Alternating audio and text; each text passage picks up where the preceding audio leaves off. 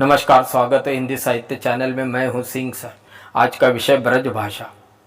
ब्रज भाषा बोली से भाषा कैसे बनी। ब्रज शब्द का अर्थ होता है चारागाह, पशुओं का समूह जहां चराने के लिए उन्हें लिया जाता है।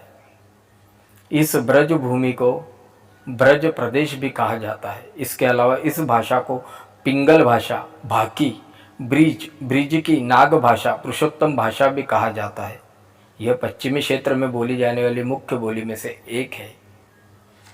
इसके विकास क्रम को 3 भागों में बांटा गया है। प्रारंभिक काल 1000 ईस्वी से 1400 ईस्वी तक का यह समय ब्रज भाषा अपभ्रंश से प्रभावित थी। इस समय इसका प्रारंभिक रूप अगर देखें तो कवि सिद्ध हेमचंद्र के शब्दानुशासन व्याकरण ग्रंथ में अपभ्रंश के कुछ उदाहरण मिलते हैं, जहाँ से ब्रज भाषा का आरंभ हुआ।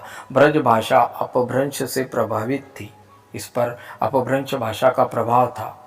इसकी प्रारंभिक रचनाएं अगर देखें तो संदेश रास, प्राकृत पेंगलम ब्रज भाषा की शुरुआती मिलती है। इसमें अग्रवाल कवि का प्रद्युम्न विजय, विष्णुदास का महाभारत कथा, मानी की बेताल पच्चीसी इस काल की प्रमुख ग्रंथ यह रचनाएं है।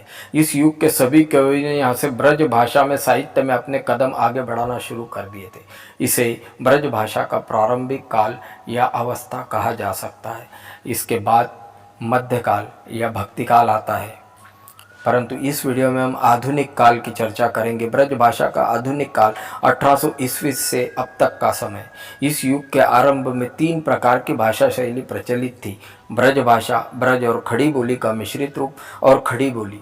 तीनों ही भाषा का मिश्रण होने से गद्य और पद्य की भाषाएं अलग अलग हो गई थी।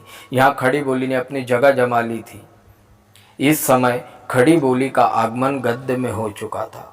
अतः आधुनिक काल में पद्य रचना दिविजय देव, चंद्रशेखर, प्रजनेश, भारतेंदु हरिश्चंद्र, अंबिका दत्त व्यास, प्रताप नारायण मिश्र इनके कवियों के काव्य में ब्रज भाषा केवल कविताओं में मिल रही थी।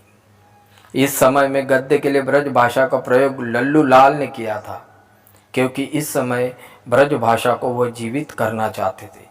20वीं शताब्दी के प्रथम चरण में सत्यनारायण, कवि रत्न और जगन्नाथ दास रत्नाकर ने लोप होती हुई पतनशील ब्रज भाषा का उद्धार करने की कोशिश की, लेकिन खड़ी बोली के वेगपूर्ण उत्थान और व्यापक प्रभाव के सामने ब्रज भाषा नहीं टिक पाई।